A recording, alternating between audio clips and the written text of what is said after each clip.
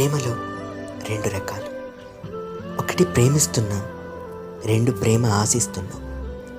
ప్రేమ అంటే ఇవ్వటమే కదా, మళ్ళీ ఆశించడం ఏంటంటారా? అవును, ప్రేమ దక్కలేదని ఆత్మహత్యలు ఎందుకు వస్తున్నాయి? ప్రేమ ఎప్పుడు ప్రాణం కోరదు కదా, ప్రాణం నిలపాలని చూస్తుంది కదా. సరే, విషయానికి వస్తే ఒకటి ప్రేమని పంచుతున్నాం అంటే ఆ ఆనందం వేరు.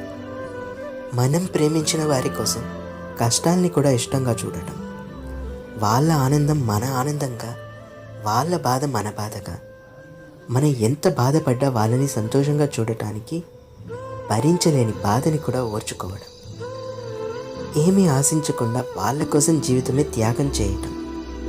నిజంగా ఇలాంటి వాళ్ళు దొరకడం ఎంత అదృష్టం. చరిత్రకి దొరకని ఇలాంటి గొప్ప ప్రేమలు ఎన్నో. ఇక రెండవది, ప్రేమని ఆశించడం. ప్రేమని ఆశించడం తప్పు కాదు, ఎందుకంటే జీవితంలో కనీస ప్రేమకి నోచుకొని వాళ్ళు ఉన్నారు కదా. కానీ తమకు దక్కలేదని వేరే ఎవరికి దక్కకూడదు అని చంపటం, తనకు దక్కలేదని చావటం రెండూ తప్పే.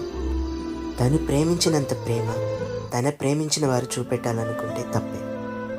ఒక్కొక్కరు ఒక్కోలా తమ ప్రేమని తెలుపుతారు, దానిని అర్థం చేసుకుంటే చాలు. అంతేకాని నా ప్రేమ నన్ను నాలా ప్రేమించదు అని బాధపడితే ఎలా? ప్రేమించండి, ప్రేమని ఆశించండి, తప్పు లేదు. కానీ ముందు ప్రేమని అర్థం చేసుకోండి.